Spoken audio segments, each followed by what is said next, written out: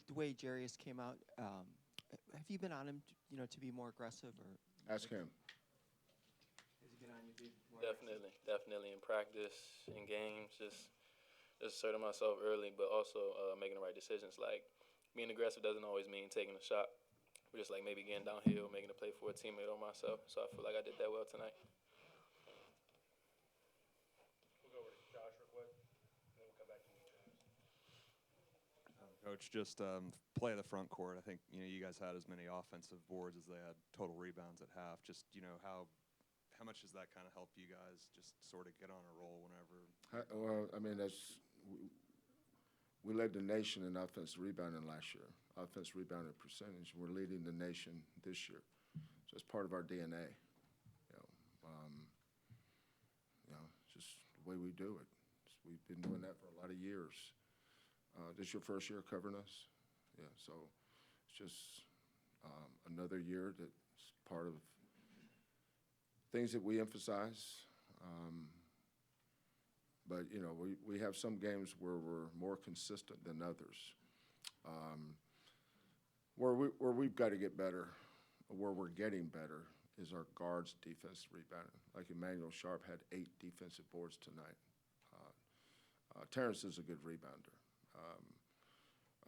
Regardless how many minutes he plays, he always rebounds. He had 4 offensive rebounds tonight. I think we had 3 different players with 4 offensive rebounds. I always check that.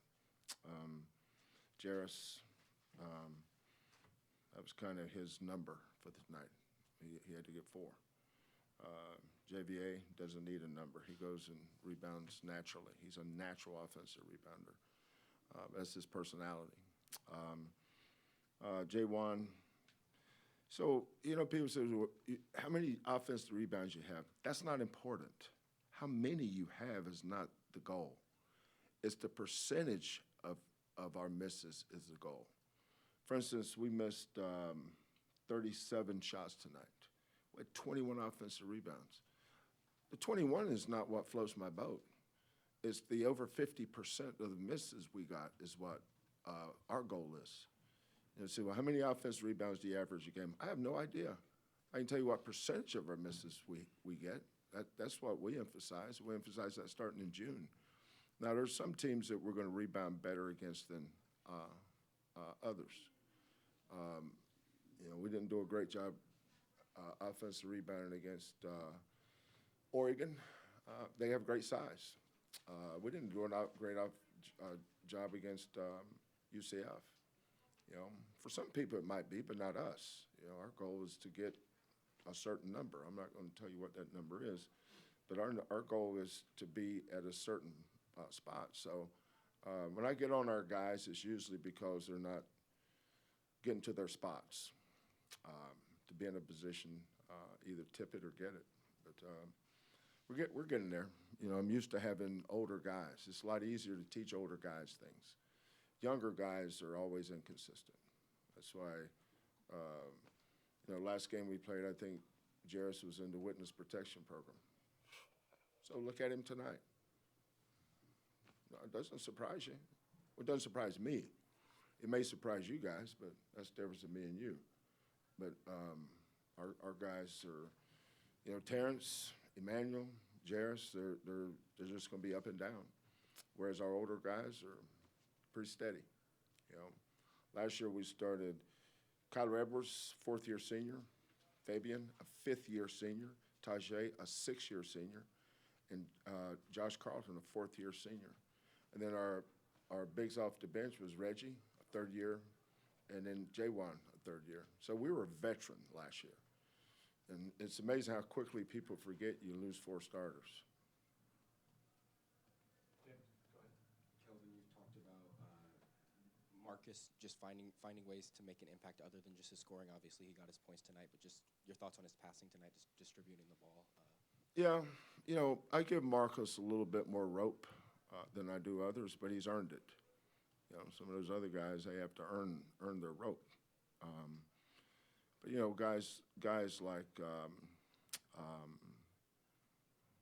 Corey Davis, Damian Dotson, Rob Gray, Quentin Grimes, Marcus. We've had a lot of outstanding guards here. You know, they kind of wait their turn, put in their work, and then all of a sudden it's my time. You know, of course it's been Marcus's time around here for a long time, but he works hard. Thing I liked about Marcus tonight was 7 assists, 1 turnover. You know, he could have shot more balls. You know, as far as I'm concerned, Marcus doesn't take bad shots. He takes some a little harder than others, but you know, his light is green. You know, Jarace has kind of a green hue to it. Don't get it confused with the same color green. There are different colors of green. You know, there's a fluorescent green, for instance. There's a Kelly green, and there's a greenish. His is more greenish than it is green. You feel me, James? Yeah. All right. Jarace, back to the coaches, you know, up and down. You're 2 months in. How do you balance those ups and downs? You know, how are you learning that as you go along here in your first college year? It's really just not dwelling on the past. Like, I mean, once the game's over, there's nothing you can really do about it. You can just prepare and get yourself and your mind ready for the next one. So I mean, like, I'm human. I know I'm gonna have bad games. If I string them along, like that doesn't really matter to me. I just know like it's always the next game, so I just try to prepare myself for that one. Go back to Chris here. Marcus, how much does it lift you guys when Jarace is that aggressive and keep you guys under match? I feel like it just take us to another level, you know, offensively. When him and, you know, Juan are doing good, doing what they do, it just makes the game easier, really, because, you know, they both love to pass first, but, you know, when they being aggressive and scoring the ball, it just make the defense key in on them a little bit more, so it just give us open shots, and it just open up our offense, really. Thank you. Coach, your counterpart, Mr. Lanier, he's going through a pretty challenging first year over at SMU, trying to put a program together. You had a pretty challenging first year here. What did you learn in that first season here that you still carry with you and still informs how you build a team and build a program? You better recruit. Well, he's got what I did not have. You know, he's got great facilities. He walked into a tremendous practice facility. He's got a beautiful, beautiful refurbished Moody Center. I didn't have any of that. You know, we were kind of orphans. You know, they cared deeply about the basketball program at SMU. When I got here, they didn't care about the basketball program. We started winning, they started caring. But they didn't care then. But Rob Lanier is going to have them back at the top of the league shortly. That guy can coach. He's got a great staff.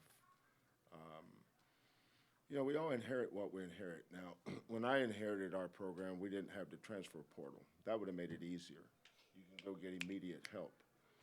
When I got here, you know, we were shopping at Walmart at the blue light special that started at 2 in the afternoon, and we showed up at 6. There just wasn't any, you know, we got the job in April, so there's nothing there. So we had what we had. Now the next year we could recruit, but I'm impressed. I was impressed with SMU coming into the game because I didn't look at their record in totality. I looked at the last 4 games when he put the Smith kid in at point guard. I mean, those are some huge wins he had over in Hawaii. I mean, idea how good Utah State is? I think they were 11-1 and getting votes in the top 25 when SMU beat them. Iona, you know, we know who coaches them and how good their program is. SMU beat them. And I've been over to Hawaii playing in those tournaments a lot of years. And the hardest game you're going to have is if you have to play Hawaii. Rob's doing awesome. You know, we got our brains beat in our first year. You know, the best program in the conference that first year was Connecticut was coming off a national championship, but SMU and Cincinnati were the 2 bell cows. Larry Brown at SMU and Mick at Cincinnati. I mean, they were so far ahead of us.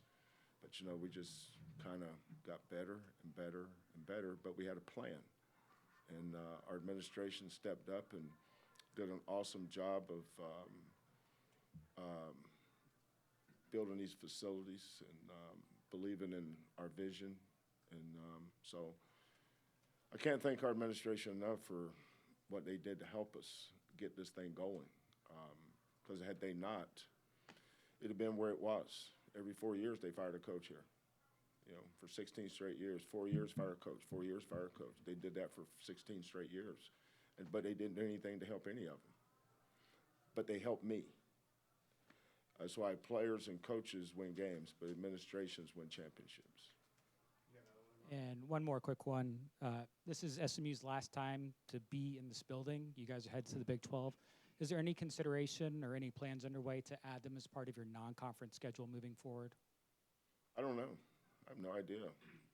I know that in the Big 12, there's built-in games you have to play. For instance, there's a SEC challenge, a Big East challenge, then you have your MTEs. So coaches, you know, the best programs, the coaches do all the scheduling with no input from anybody else. So I'll look at it. Coach, is Ramon injured? So I'm in just warm-ups. Yeah, he's going through some, he's got all kind of stuff. It'll be all right. Over here, Joseph. Kelvin, when you look at that, hang on, Joseph, hang on, Joseph, hang on. Take my class, sorry. Come on, Joseph, you know the rules. Come on, man. You're the vet. You're the vet in here. Kelvin, that run that separated things at the beginning, you've had runs before, but in terms of what you saw from your team during that specific run, was that as good as you've seen them play, or you've seen you guys play? You know, I know I know it was high level there for a while, but you know it's hard for me to evaluate that right after the game because I'm so focused on the next defensive possession. But we've been working hard with this group. You know, when you have a veteran group, you know what you're going to get every night. You know, with a young team, you're never quite sure. But the thing I liked about tonight was that our defense drove us.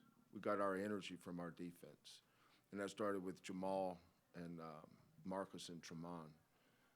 Those three guys at the point of attack. You know, the actions that SMU likes to run, you know, we just did a great job guarding it. You know, they've been scoring 80-some points on people. You know, they scored 80-some points on Iona, and you guys, whatever, I think they scored 90-some the other day. So hold them to what we did. And then, you know, when you're not giving up second shots or third shots, you know, when we can get out in transition, it's because our guards rebound. You know, when we get a rebound, we can get out. You know, Marcus is always hunting transition threes, and Jarace is still learning where his shots can come from.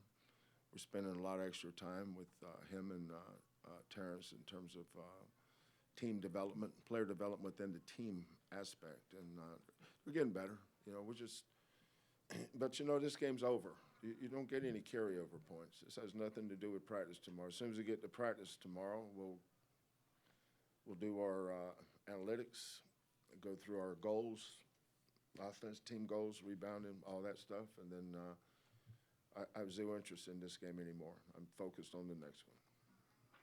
Go back to Chris, and we'll have time for a few questions. Chris, and we'll go to Justin. Calvin, you know, Terrence seemed to really play under control tonight. I think only one turnover. How have you seen him improve? Just the more experience he gets, the better. But it's not just the games, it's practice. You know, one of our best defenders is Malik Wilson. Malik can really guard. Terrence is getting to where he can guard. He can score Malik now. Earlier in the year, it wasn't a fair fight. But, you know, our practice, you know, we have a good team. You know, all these guys, if they were at other schools that maybe weren't as good as the level that we're at, they'd be getting a lot of minutes. So if you're not getting to play here, you know, don't disparage. You know, I don't want them to think that less of themselves. You know, it's like sitting on the bench for UConn. If you're sitting on the bench for UConn, you must be really good. Or Purdue, or Memphis in our league. UCF, you saw those guys coming off the bench for UCF. There are some high-level players that come off the bench for really good teams. And with Terrence and Emmanuel, JVA, Reggie, you know, those guys, look who they're practicing against every day. You know, Terrence is going against Jamal, Marcus, Tremont, and Malik. There is no breather there. You know, whoever's on him, he's going to have to earn it. And for the first time in his life, he's getting better through sweat equity. You know, there's been times in Terrence's workouts where I'm sure he didn't break a sweat. Do you concur, Jarace? You agree with that, Marcus? There ain't no doubt. He breaks a sweat now. We'll go to Doug. Last question, we'll go to Doug. Go ahead. Coach, Right, you got a question? I did, but Okay, we can do it. No. Dusty, anybody wears a sports jacket to press conference, you got to be allowed to ask a question, right? Thank you, sir. Coach Phelps has been averaging about 20 points a game, and you held him to 6. He didn't even score until 15 minutes into the first half. Is there something y'all did in practice to maybe simulate it, put a different jersey on that guy? Because y'all absolutely shut him down tonight. Well, understand he's been injured, so we're not going to take all the credit for that. I think he went out in the Tulsa game. You know, we were looking through his stuff. He may not have practiced yesterday. I don't know anything about what they do, but I do know he's been injured. So let's give him the benefit of the doubt for that. But it doesn't take anything away from what we did. But I'm sure when we see him again in Dallas, he'll be healthy and you'll see a different guy. Coach, can you just talk a little bit about Ryan there at the end of the game, giving the crowd what they wanted? 'Cause from an outsider, it seems like he really works hard at practice. Can you just talk a little bit about him getting in the game and being able to contribute? Yeah, no, he does. He doesn't just work hard at practice. He works hard all day. You know, when I walk into my office, there's you know, when I leave, the guns aren't out. Because if we're playing at home, we usually practice in Fertitta. If we're going on the road, we usually practice in Guy-V. But Ryan will work out 3 or 4 times a day. You know, he's earned the right to make every shot he shoots. You know, the problem is he's not on anybody's scouting report. So you look at this scrawny-looking little kid walk in the game, they said, nah. Come on, man. I know he can't do nothing. Next thing you know, he's tattooed him with a 3. Well, we see it. You know, I love Ryan Elvin's work ethic, and he's gotten better. Now, he's not at the level these guys are, so don't get silly and asked about playing time. That's silly. But, you know, he goes 100%. It makes guys like Terrence and Emmanuel look bad because they don't know how to go hard every possession. He does. If you don't guard every possession, Ryan's going to make you look bad. Now, when he goes up against Jamal or Mark, it's a different story. But, you know, Emmanuel gets here, and I can't tell how many sprints Ryan's made Emmanuel and Terrence run because he's going 100 miles an hour across the gym, and he's a little more athletic than you think. He's better than you think. And Ryan's one of those kids that these other kids from other high schools say, man, I can beat him.